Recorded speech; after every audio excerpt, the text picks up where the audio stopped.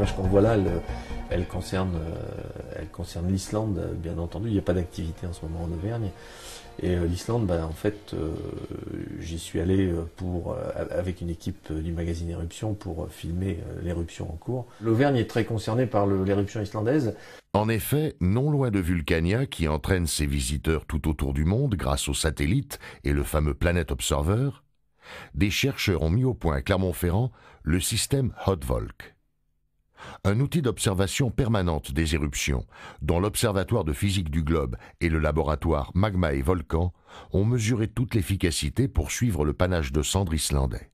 Nous avons assuré un suivi qualitatif temps réel du nuage, donc voir comment le nuage se propageait dans l'atmosphère.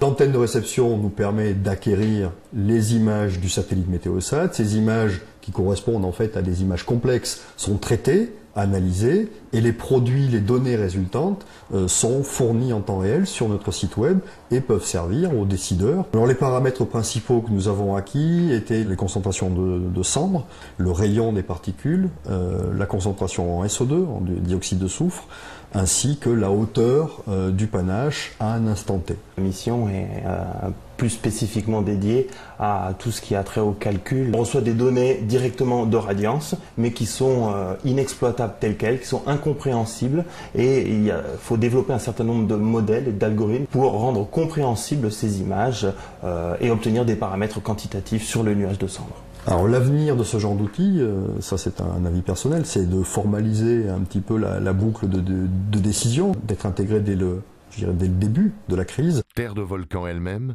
l'Auvergne est une vitrine, mais aussi un vaste laboratoire de volcanologie. C'est en Auvergne qu'est passée à chaque fois la science, d'abord les savants quand c'était au XVIIIe, XIXe siècle, puis ensuite maintenant les scientifiques reviennent en Auvergne pour confirmer leurs théories, et l'Auvergne a joué un grand rôle dans le développement de la volcanologie dans le monde. Un magazine sur les volcans, ça n'existait pas, et le but c'est de mettre à disposition et à niveau du grand public tout ce qui concerne les volcans. On aborde les volcans sous un tas d'angles différents, que ce soit le voyage, la découverte, l'expédition. On parle en fait des peuples qui vivent sur les volcans, on parle également des contes, des légendes et de tout ce que ça a pu mettre en fait dans la tête des hommes. On est le seul magazine qui soit à destination du grand public, et cerise sur le gâteau, il est entièrement conçu, réalisé et fabriqué en Auvergne.